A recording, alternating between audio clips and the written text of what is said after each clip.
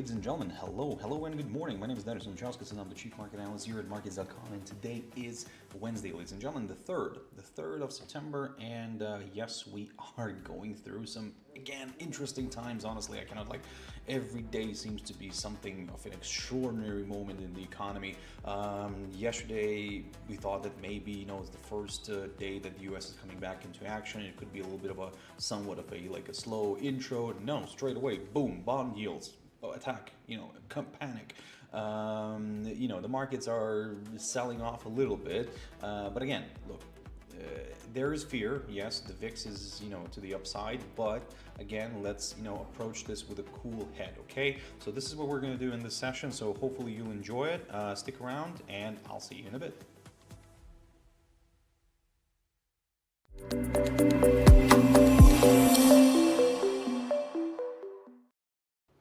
All right, okay, hello and good morning, everybody. Hi, my name is Darius Anucauskas, and I'm the Chief Market Analyst here at Markets.com, and today is Wednesday, ladies and gentlemen, the midweek, the 3rd of September. Yes, welcome, everyone.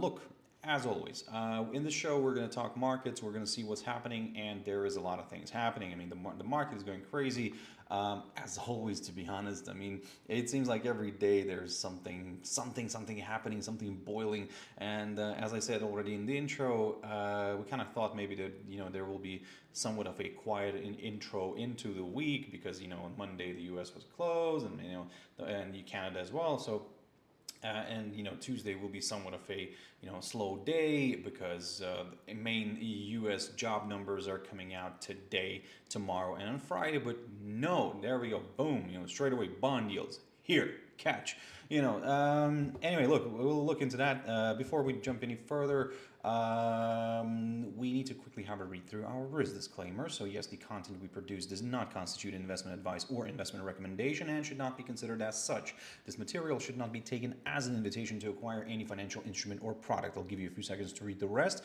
I'm not going to disappear anywhere. I'm just going to put my usual good morning in the chat room. Good morning, everyone. Yep, as always, good morning, everyone. Hopefully no one beats me to it. There we go. That was the first one. There we go. Right, so ladies and gentlemen, first of all, of course, once again, apologies for the Monday session because, again, there were a few technical issues. I don't know, something was wrong happening with my computer. Everything was lagging. I mean, it was just, it wasn't a good start of autumn, I would say, But anyway, hopefully you can hear me and see me well right now. Look, also, just before we jump if we go any further, quick mentioning of our Markets.com website, which you can always check out for more information about us. If you have any questions, reach out to us. We'll be more than happy to assist. So, ladies and gentlemen, you know what? Before jumping into the indices, let me just go into the economic calendar. Let me refresh this very quickly.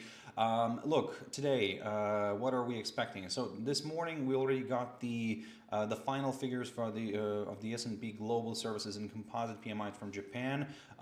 Those, let's have a look. So the services were on the higher side than the forecast, but still lower than the previous. Still okay-ish. Composite 52 again, yeah, so much better basically. And overall, they're okay, they're good. At least we're staying in expansion territory, right? Now Australia, now growth rate. Now this is what's interesting here. So Australian growth rate. Look, I said it before. Australia so far seems to be like the quiet example of how you should be kind of running the show, right? So. Don't get me wrong, I don't want to jinx it, and of course everybody understands that eventually hard times hit, and but at this point in time it seems like I said, like Australia is the one that kind of is overcoming the bigger issues in a way. Look, Australia for now, interest rate sits around 3.6. The people there are trying to go for another cut potentially. However, no, sorry, I'm just going to reiterate that we went for a cut, but in September we're not expecting the cut. So again, unless it's going to be somewhat of a surprise, but to be honest, I don't think that they're going to do that in a way because look, inflation remains at around 2.1%, so very close to their target, and so or in a way within their target. So, there's not much to kind of maneuver there. And certainly, the moment, like I said, Australia is the one, like, kind of that managed to kind of work around the tariff issue.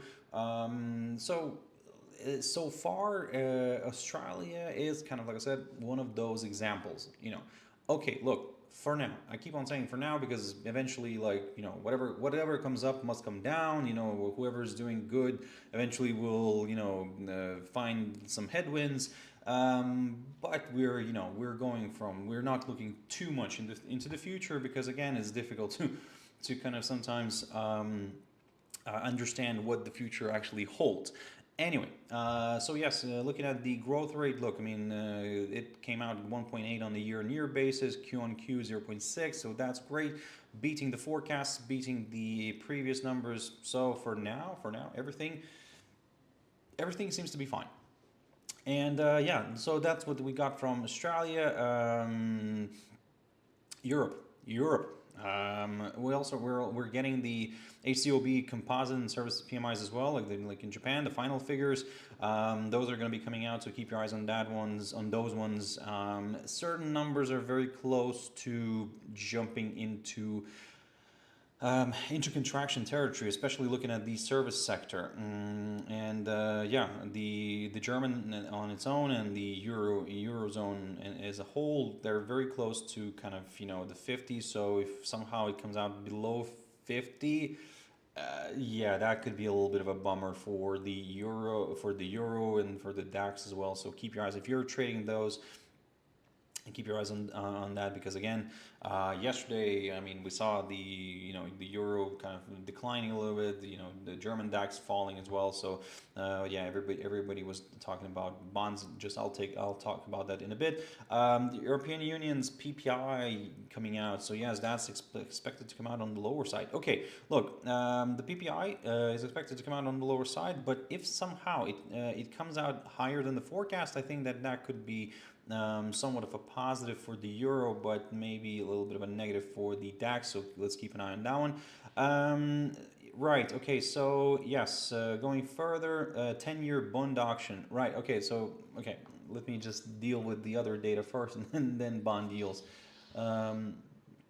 So what I'm looking at next, basically, looking at JOLTs today. That's the first kind of job data number that's coming out, and yep, we'll have the ADPs tomorrow. We'll have the NFPs on Friday. So we're kicking off, like I said, this kind of the job rally, job data rally today. So JOLT openings, we are expected at 7.4. On Monday, I was looking at this one, it was 7.5. So we are kind of seeing a lower number now. So in general, there is a little bit of pessimism around the job numbers in the US, and everybody's kind of worried. And maybe that's why the bond yields are also rising. But anyway, so yeah, we'll keep a close eye on that, and certainly, yes, I strongly recommend to monitor this, because if we see a drop below the forecast, because the forecast is already on the lower side a little bit, so that's not really something very good to kind of that's not something very good for the USA, because look, overall, if you look at this chart, this is JOLTs, these are JOLTs, and since around 2022, when we were here at the peak, when we were creating, we were seeing 12 million jobs created. This is just now it's around 7. So yes, it's still a lot, but when we're comparing the scale, it's a big drop. It's a very rapid drop. The same story is happening with the ADP. Where's that ADP that's coming out tomorrow? Let me launch the chart here as well, and also the NFP. This is something that I've mentioned recently in my videos. So non-farm payrolls as well. So look at the ADP. Look at this. The big drop here happened. That was COVID time. That was something extraordinary. But Okay, kind of back to normal in a way, but still, this is the normal. This is like from like, yeah, 20 mid in 2021 we have been declining, and when we were seeing like 1 million number here on the ADP, we are now like barely struggling with the 100,000. So yeah, I mean that's and in general, looking at the stock market, we're seeing rallies. Everything is fantastic. It seems like that, right? But the job market actually is suffering in the U.S. Well, in some countries as well, in a way, but that's where like I said, that's where the big issue for me, at least, is that we're very close to zero, and we were in the previous reading. We did come out on the lower side here. We did come out below zero. So if somehow we drop again below zero, I mean, look, it is bond yields could go even further up. So this week, and NFP, similar story. Look at this. NFP, this is June 2021, and look at this. I mean, we have been declining here. Again, the same story. We were like, back in 2021, we were around like 900,000. Now we're like I said, barely struggling to hit the 100,000 mark. Again, is this normal? I wouldn't say no. I wouldn't say it's normal. No, it's not. It's not. Is it something to worry about? Indeed. Of course, this is something that also kind of a little bit partially getting affected by the whole AI thing. Everybody's talking how AI is great and blah blah blah. But then again, you're getting rid of junior roles. You're getting rid of like these entry level roles. So straight away, it seems like you need a specialist who will manage the AI, where the AI takes the junior roles. So look, I'm not like how to say it, a big kind of anti-AI guy. No, I'm not. I'm looking at things realistically, and this is like I said, this is where the problem arises. Yes, somebody might say, but then those can requalify and go into those other jobs. Indeed, of course. But again, do you think in the real world that happens like efficiently? No. So it's an issue. It's an issue in my opinion, and of course, yes. On one hand, you have progress and great stuff and great tools. On the other hand, you have a bit of a slow moment, a slow transition moment. So that progress is happening way too fast than the transition in people can happen. So again, and that's what's creating this this issue. And of course, don't get me wrong, I'm not blaming only AI on this. No, of course not. But this is the easy and convenient option to just blame everything on AI and that's it. No, governments are accountable for that as well. So the policies that they take, just in general. So you need to encourage companies to recruit, but again, at the moment, nobody wants to do that, and and let's face it, the less, the more people are poor, the more they are submissive. Anyway, so yes, unfortunately, that's the sad truth. Anyway, so ladies and gentlemen, so yes, that's the labor market right now in the U.S. Let's see what's going to happen, of course, with the job numbers in terms of non-farm payrolls. We're expecting around 75K. I think this number might change as well, but to be honest, now I don't really. Okay, the actual number will matter, but for me, the interesting part will be this 73, how much it will change, because last time it changed drastically. Anyway, so yeah, on Thursday the ADP will be coming out, and we will be watching and expecting a number somewhere. Look, it's a low number. The expectation is very low, but if it comes out somewhere in between, okay. Maybe the market, won't react negatively that much. But in general, if we somehow overcome the 104, that's great. Okay, less pessimism maybe. But still, I think that the market will be worried. So, ladies and gentlemen, let's have a look at the indices very quickly. But also,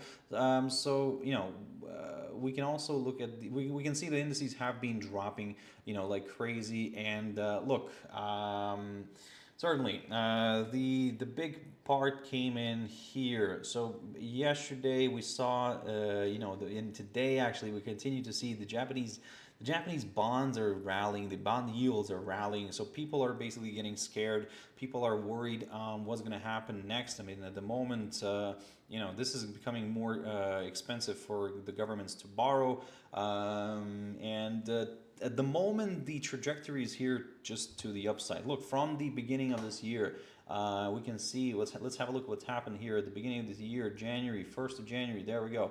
All the way here, the increase is around 44%. So this, like the borrowing costs since the beginning of the year for Japan became increased by 44%. I mean, that's crazy. Let's have a look at what's happening with the other ones, because UK is also in the focus here. And let's take a look at UK's. Where's that? 2025. So we were around here, January 2nd, right there we go. So from around here, UK has increased around 11%. So in a way, yes, problem, but is that a big of a problem like in Japan? I don't know. Let's have a look at Europe. Where's that European 10-year, 30-year? There we go. The European 30-year bond here, the yield on that one. Let's have a look at how much we've increased since the beginning of this year as well. Look, from here, around here, so around 31%. So at the moment, Japan is the bigger problem, because if we go into the US, let's take a look at the 30-year. There we go. That's the US one. And okay, look, I talked about this. I'll pick up on this technical part in a bit. So the US, actually, US is still okay-ish. It's probably the more stable one, I would say. So until today, look at this. I mean, it's around 4% only. So Japan is like 10 times more than the increase is 10 times more than the US is. I think that's a big problem. And for Japan, they need to kind of I think they somehow come out of this, because again, if they're going to go and increase interest rates, I mean, we'll see further uprises in those Japanese bonds and the bond yields. And of course, at the moment we're saying that they want to see a cut. However, let me just double check very quickly with Japan here. So interest rates, so the current interest rate sits around plus 0.5, and we are expecting the interest rate decision in October to go up a little bit. So also, this is something like the fueling the bond yields, Japanese bond yields to the upside. Also, and again, I don't know like how they will deal with that, but certainly they will have to think of something. Now, what I talked about here on the 30-year US 30-year government bond yield, basically, if we apply technical analysis on this one, you'll see that we're currently coiling up. So we're knocking on the door of the upper side of this triangle. So in a way, there is a chance for this one to break out higher. 5%, we are hitting that already. We're hitting that 5%, and to be honest, the next little pit stop here could be this. This one right here, the one that we reached in July, near the 5.076, and and the other one could be this 5.15. Look, which was reached back in May here. If people are asking right now, let's say, why does it matter at this point? Because if it's only hitting 5%, why is it such a big deal? If we were like in July, we were higher than that, and in May we were even higher than that. So yes, the fact is that we cannot really go down, and the fact is that at the moment it's once again we're kind of going into this kind of fear mode, and you can see by the oh no, not like that. VIX. Let's have a look at all. Yeah, there we go. You can see by the VIX yesterday it rallied, increased, and jumped above. It went closer to this 20 level, and okay, retraced. Don't get me wrong. The market has stabilized a little bit, but still there is fear. There is fear, and I think that the uncertainty is killing it. And what's interesting as well is that it kind of has, it seems like that, it kind of has a little bit of a lag here, where first it seems like everything is fine. There's like no worries should be even present. But then, you know, you get these bonds, like bond yield is like I said, there is a lag a little bit. It kind of the markets need time to digest certain things. So when we had this turmoil in April with this Liberation Day, you know, we also saw a big decline here in bond yields, but then it quickly shifted, rallied here to the upside. Look at this. It rallied heavily towards that 5% level, then retraced back down. Then now the problem is that everybody's watching this 5%. It seems like, is this going to be that new like ground, you know, the new floor from where we will just continue pushing higher? That's the fear, because we keep on like testing that 5 level, and it seems like we want to go even higher. So this is where, like I said, this is where the issue kind of arises. Okay, look, what can I say? For now, with the bond yields, keep an eye on those, because if those and another thing, like why those, when those are rising, people kind of tend to go into, you know, this fear mode, and they don't want to stick around. They don't want to stick around in the equity world anymore, because why I need to, you know, risk my money in the equities? Okay, they do provide sometimes better results in a way, but you know, why do I need? But again, it's you know, it's if you're in the long term, if you're not trading that, if you're just investing, so why do I need to be in equities and don't know and buy them at the all-time highs when I just can jump into bonds and, you know, get my kind of secure my assets because it's kind of a guaranteed pay.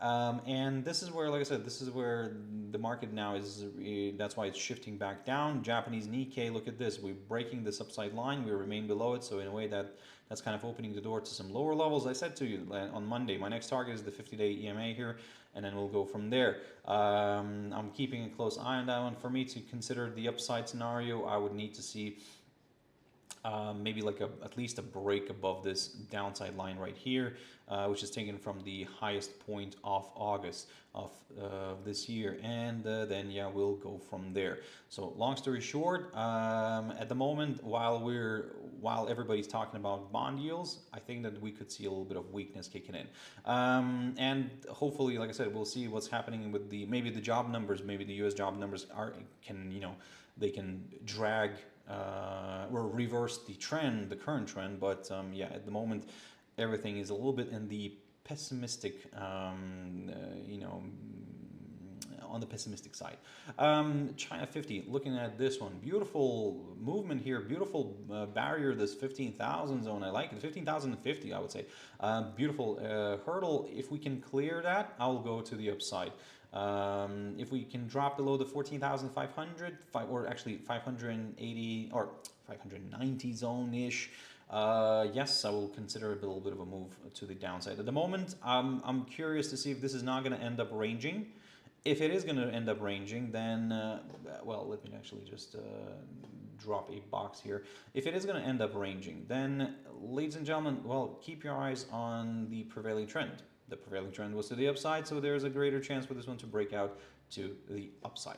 Let's jump into the U.S. So yesterday we started noticing the cash index starting to drift heavily to the downside before the U.S. market opened, and we drifted lower. We created this.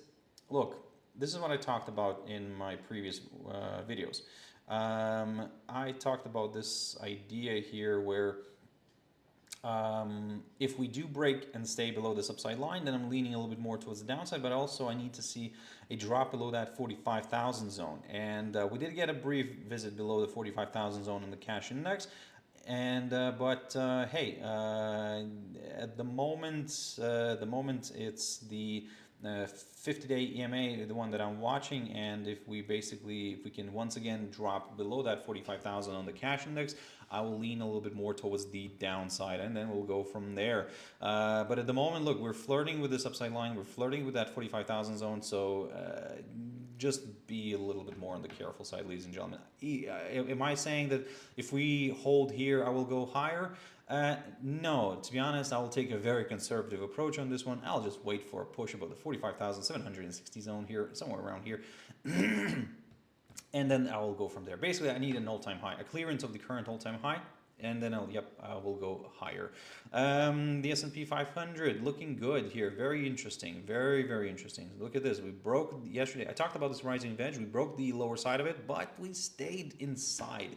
So it seems like we're creating nice little false breakouts. It seems like the market doesn't really want to go lower yet. We might actually stick around here inside the rising wedge pattern, which, according to all the TA rules, tends to break to the downside in a way. But again, a confirmation break is needed, and we also need to see the body of the daily candle remaining outside of this pattern in order to consider the next short-term directional move. At this point, well, we are not getting that yet. So we're getting the false breakouts, but not getting the the staying part. Anyway, if it again changes, look at this. I mean, maybe we could see this one dropping back down. Maybe we could see this one actually falling back to the 50-day EMA. Who knows? And Nasdaq 100 also giving us a beautiful false breakout. Look at this, testing the 50-day EMA. Ooh, now that's interesting. We haven't tested the 50-day EMA for quite a while now. Last time we tested that, it was back in April. Yep, there we go. Back in April. We actually were below that before, but anyway, testing it from above again. So yeah, back in April here, that's what we're at the end of April. We tested it from above and then rebounded and pushed higher. So again, what's interesting here is that because we had the test, we had that touch, and now the question is, look, are we not going to get another decline here? I would say yes, we could. However, I don't want to rush into things.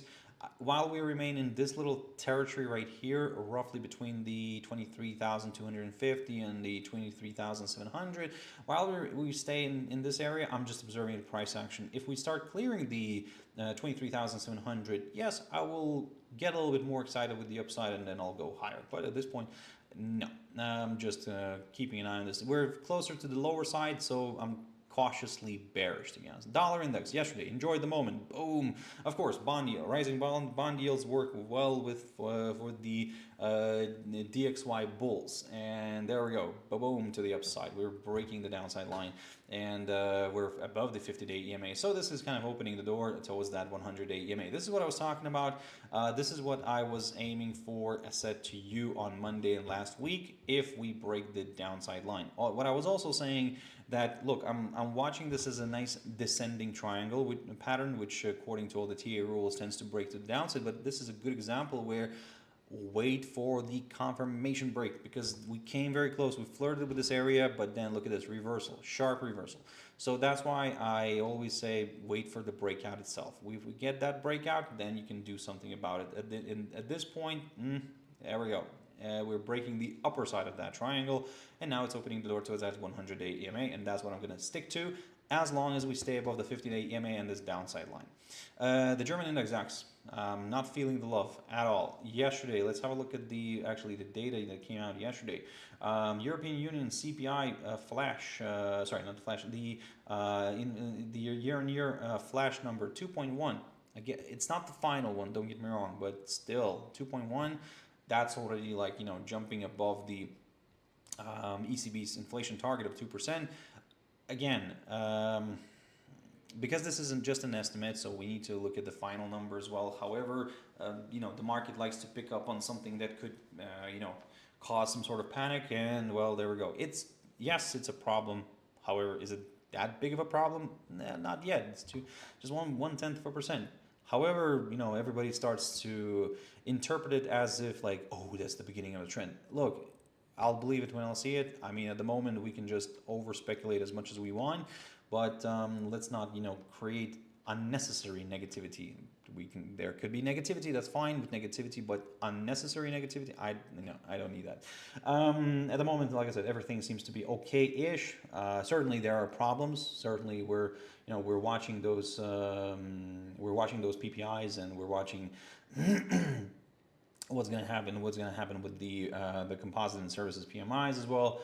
in the EU. So yeah, it's something to keep in mind. But at the moment, we're not feeling the love. In general, the technical picture is working out nicely.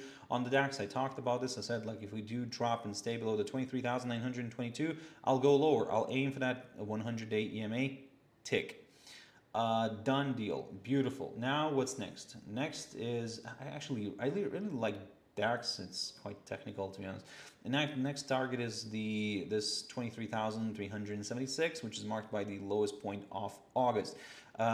This is what I'm going to aim first, as long as we stay below the 100-day EMA. If we don't, maybe a little bit of a retracement back down could be possible. However, I don't want to rush into things, and I just want to kind of keep an eye on this little hurdle, this 23,376, and then we'll just kind of go from there. Now jumping into UK, yes, UK is the one that was, everybody was talking about yesterday about their gilts, gilt yields. Look, we're seeing, of course, a logical decline. I'm aiming for that 50-day EMA. I think we'll end up testing that. It's roughly around the 9,086 zone, somewhere below that 80 zone. Let 9,080. I think that's where we're currently sitting at. So for today, yeah, look, I'm just gonna aim for that one, to be honest. And I think that's a good target to go for, and certainly. Then after that, if we do clear this one, I'll go further south. But yeah, like I said, it's the gilts. This is what was shaking up the market yesterday. Look at this. We're continuing to push higher. It seems like it doesn't want to stop. And certainly, the question is now, like, are we going to hit that 6%? Well, look, it's possible. Of course, anything is possible, because look at this. Last time we were at these levels, by the way, just remember, right now around 5.73, 74, something like that. Last time we were at these levels, let me just jump into a monthly chart, was back here, back in 1998. Look at this. It took us a while, right? And this is the target that I'm aiming for. This is the level, 5.96, 97, so close to that 6 level. So I think I'm going to aim for that. That's the highest point of March of 1998, ladies and gentlemen. I mean, extraordinary times. Look at the rapid change in the upwards direction here, and this has started happening since when? Since 2021. So basically, when the labor market, if you remember, this is what I was also showing. This is, NFP, like ADP, sorry, this is ADP. We're declining rapidly since that 21. So 21 became something of a bad year in a way. So the same story here on the NFPs. Also, July 2021, we started declining heavily on the U.S. jobs here, on the U.S. job front, and this turn here happened. This jump here happened in February. This is the February, 2021. So basically, we had that spike to the upside, then we stabilized it a little bit, and since then off, and away. When we were just around 1%, look at this. I mean, this is just crazy. I mean, this is just a spectacular move to the upside. I mean, 500%. Almost could be, but yes, 400% at least. So and this is, like I said, this is just a spectacular move here.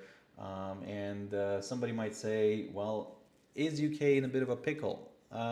Probably yes, but judging from this, is it really on the ground like that?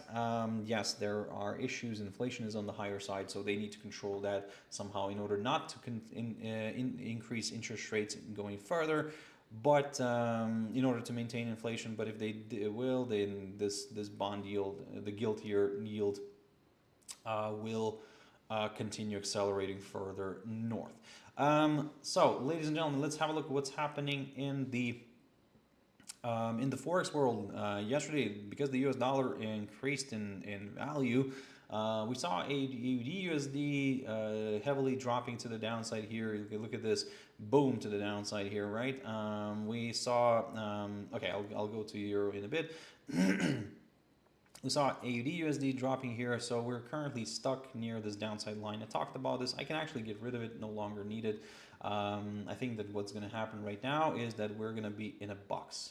in a box, and we'll be waiting for a clearance of some sort of clearance here. But yeah, at the moment we're in the box, and we need to wait for an exit. So if you're comfortable in trading here, be my guest, honestly, but I'm not going to touch it until I see a clearance through one of the sides here. And on the other side, I'm keeping an eye on the 0.6418-ish. On the upside, 0.6568. AUDNZD continues to rally higher, but it nicely respects the upper side of this potential rising channel. So far, we can actually say that this is a rising channel. So at the moment, if we continue to respect this side here, the upper side of this rising channel, then yeah, I'm gonna consider something like this basically. So yeah, I think that could be a good option. And if we do see a reversal, from this upside line, from the this upper side of the rising channel, then certainly a potential move towards the lower side could be a possibility. AUDJPY, okay, look, now this is what's interesting. AUDJPY continued to rally yesterday, despite the market selling off. There is a little bit of a contradiction here in a way, and I trust the AUDJPY a little bit more than I do trust the equity world, because to me this looks like that there is potential. Yes, we could see some more downside a little bit, but judging by this, I think that yeah, it's there. We're not there yet. Nobody's jumping into the Japanese yen yet. Maybe because of the increasing. Maybe increasing yield again. I mean, they should be jumping into the Japanese yen, but they're not. So something is not adding up. So for me, like I said, I will aim for this one to go towards that 97.42, 43 zone. If we can get a nice clearance of that area, then yes, certainly I will go higher. But let's not rush into conclusions. For now, let's just stick to this area here. If we do clear this barrier, then yeah, it's opening the door to some much higher levels. But at the moment, it's working out nicely. We're breaking the upper side of the falling channel. Everything is according to the textbooks, so it's all good. However, I want to see what's going to happen near this area.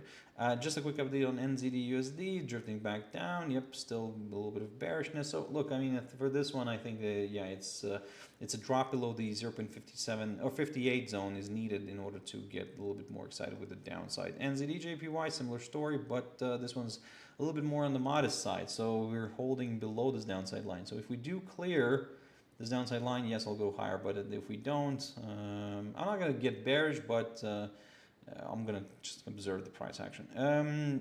USDJPY, so there we go. Yesterday, US dollar jumped higher, clearing the upper side of this little box that we were in, this little range. Let's see if we can stay, because yesterday we just had a false breakout. We failed to stay above it, and today we're pushing again. I'm leaning towards the upside as long as we stay above the 148.45 zone right here. Yep. For the downside, a drop below the 146.68, somewhere around here, is needed in order to get a little bit more comfortable with the downside. USDCAD. Now, keep your eyes on this pair very carefully, especially going into Friday. Yes, NFPs are coming out on Friday, but let's not forget that Canada is also delivering its job numbers. So average hourly wages year on year, we don't have a forecast there, but we know that the previous was a 3.5. Employment change is expected to improve. There we go. We're expecting to see, where's that unemployment rate? There we go, unemployment rate to tick up a little bit, the same as in the US by 0.1%. IVPMI, it's an interesting, we're expecting down a little bit on the downside. So look, if unemployment numbers are coming out a little bit better, then we could see USD CAD kind of drifting back down here. However, if IVPMI is a big problem, then it depends on what's going to outweigh what. A potential better number in the job numbers, or or what's going to be like, or is like a bad number in the IV. Maybe it will be the opposite. Who knows? But again, we don't want to rush into conclusions yet. We just want to wait for the numbers to come out and then maybe do something about it. So yes, a USD CAD at the moment, I'm still somewhat bearish, but for that I need to see a drop actually back below this little area right here, this area of support near the 1.3720 zone-ish, somewhere around here. And then, yeah, we'll go from there. USDCHF, we're still coiling up, so I need to see a clearance here. If we can get that nice clearance through one of the sides, then yes, great. More, then we will consider the next short-term directional move. At the moment, we're just, observing the price action. Very quickly on EURUSD. Yes, yesterday it drifted lower, but still holding above this 50-day EMA, so not that major of a problem, I would say, yet. So keep your eyes on the economic data from the EU, which I already talked about. Look, but if we fall somehow below this 1.16 area, this 50-day EMA, yes, I'm leaning a little bit more towards the downside. EUROJPY pushing higher. Like I said, yes, it seems like there's no problem. Japanese yen is not picking up interest yet. And we're seeing the EUROJPY pushing further to the upside. If we do clear the 173, I'm going to aim for the 173.90. And if that gets cleared, yes, higher high, forthcoming higher high will be confirmed. And a new high for this year will be confirmed as well. GBP. Now, GBP is an interesting one. Look at this. Strongly declining. By the way, just a quick glance on the Euro GBP. Yep, I thought so. The euro is holding on better than the British pound.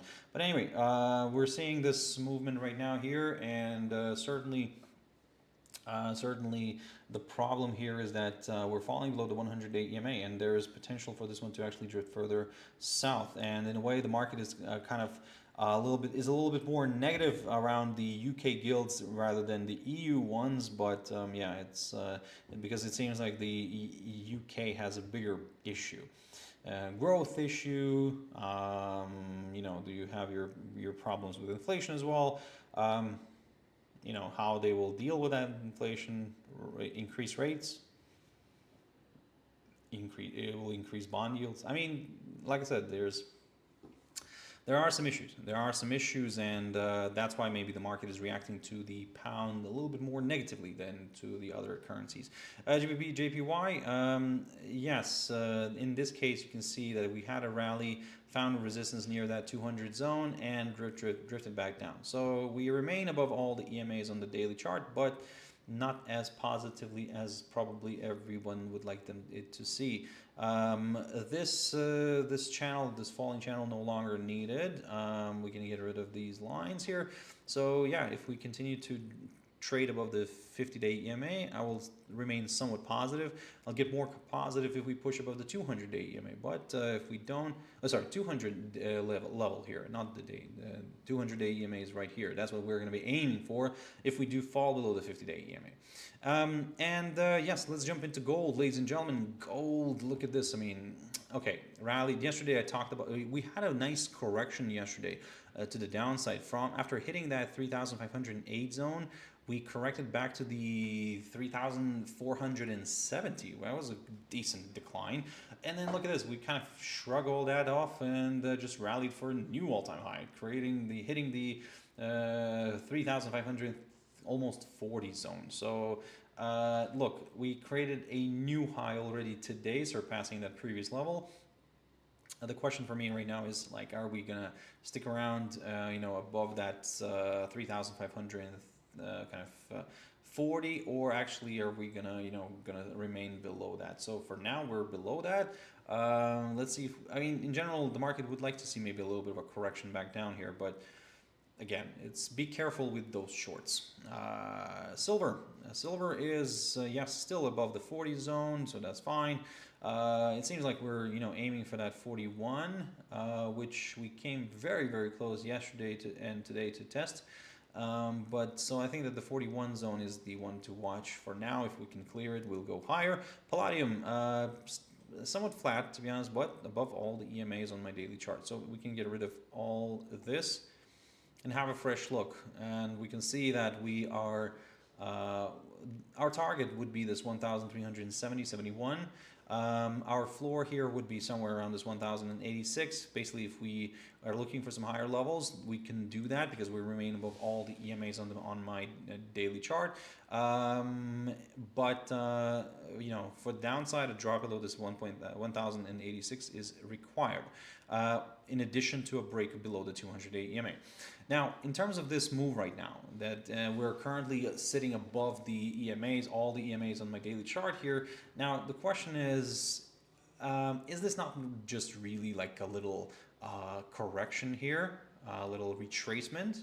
Well, this is where we're currently sitting. So we hit the 23.6, and if this is measured from the peak of July to the lowest point of August, we we tested the 23.6, and now the question is, can we go toward that 38.2? So basically, yes, we're above all the EMAs, but just be careful with, you know, maybe this is just part of a little correction to the upside before another possible leg of selling.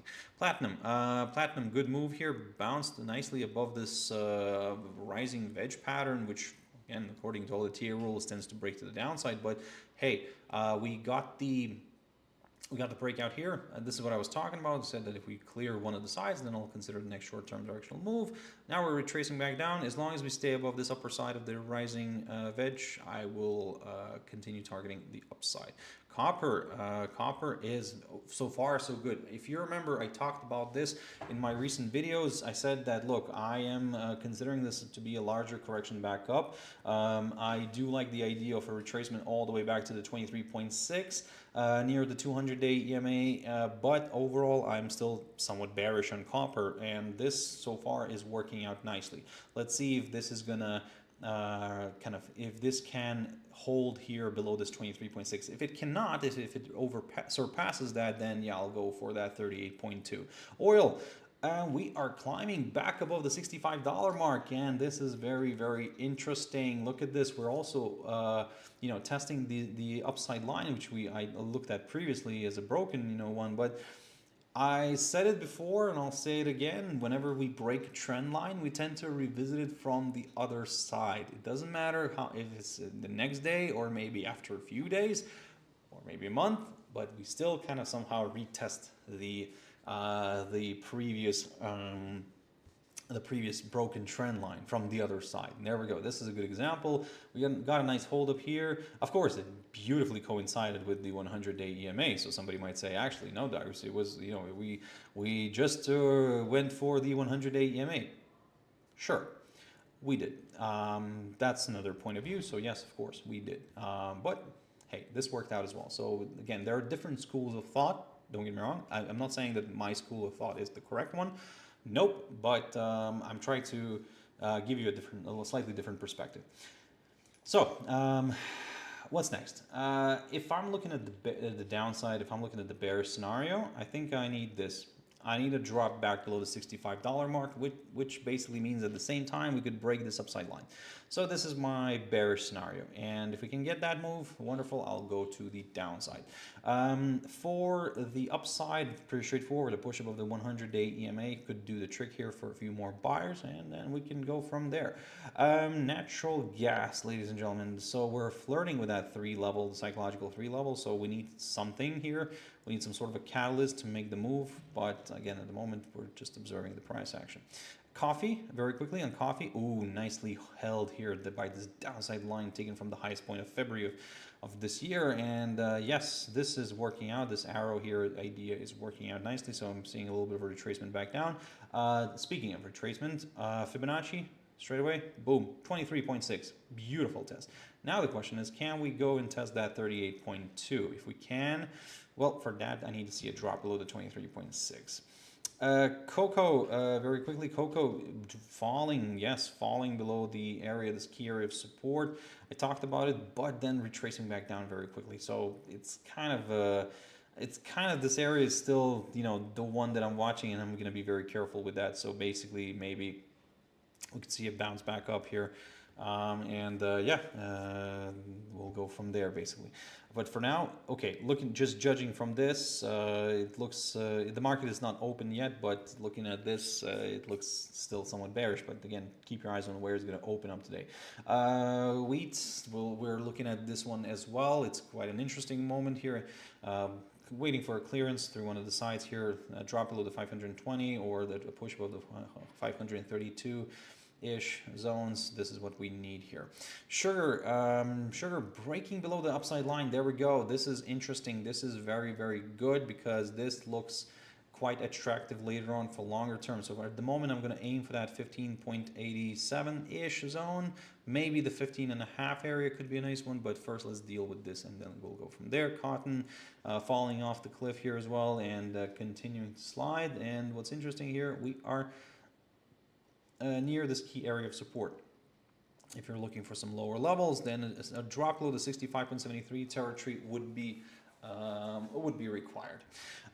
Let's jump into the crypto world for dessert, ladies and gentlemen. So we'll wrap up this session with the cryptos. Beautiful, beautiful activity here. We did rebound from the area around here, around this basically 107, something like that. It's 107,250, 300. So yeah, we kind of rebounded from that area. So this becomes a barrier for us for the downside if we're actually looking for some lower levels. So this is the breakout point that we need now, because we rebounded and we pushed back with the 100-day EMA. That's kind of giving us a slightly bullish indication, but I'm not getting way too excited with the upside yet. I said before, and I'll say it again, a push back up with the 112 territory here could do the trick for a few more buyers. So let's see what's going to happen here. Bitcoin Cash also, look at this rally. There we go.